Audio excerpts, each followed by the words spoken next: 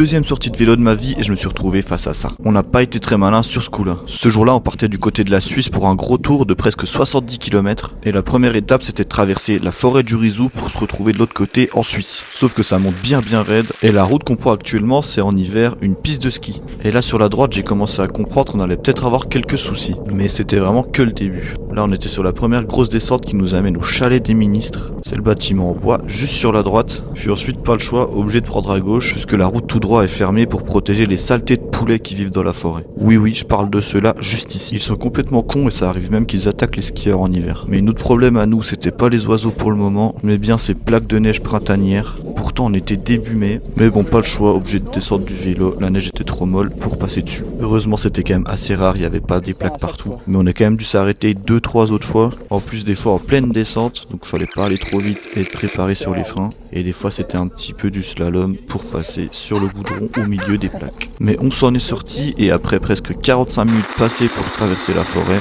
eh bien on a eu le droit à une grosse redescente pour arriver sur le village de Bois d'Amont de l'autre côté. Petit village connu pour ses boîtes à fromage et pour donc la frontière avec la Suisse qu'on vient de passer. Elle a fini les grosses montées, c'était du plat et vallonné. Jusqu'à notre arrivée, le lac de Joux. Là, les villages dans lesquels on passe, le Brassus, le Chenit, et plus largement toute la vallée de Joux, eh bien c'est très connu pour l'horlogerie avec notamment Audemars-Piguet ou la Gégère-le-Comte. Et après une petite heure à pédaler, on est finalement arrivé au fameux lac de Joux. Il fait petite figure à côté du Léman ou celui de Neuchâtel, mais il reste très sympa et donc obligatoire petite baignade pour tester la température. Elle était encore un peu fraîche mais ça fait du bien avant de repartir sur les pédales. Et cette fois-ci pour le retour beaucoup moins marrant, on avait le vent de face. Moi pas question d'être tout devant, je me suis calé dans les roues des pros et j'en ai profité pour regarder un petit peu le paysage à droite à gauche. Le début du retour est vraiment sympa, on est un petit peu sur les hauteurs du lac. Puis après beaucoup de passages dans les champs et après une autre petite heure dans l'autre sens, on a repassé la douane du Brassus et on a eu toute la montée dans l'autre sens et l'arrivée était spéciale.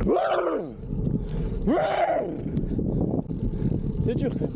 Bon après ça le plus dur était fait, on arrivait déjà en fin d'après mais c'était le bonheur d'arriver sur la dernière ligne droite, la descente jusqu'à tout en bas. Si vous avez apprécié la petite balade, je vous invite à cliquer sur s'abonner.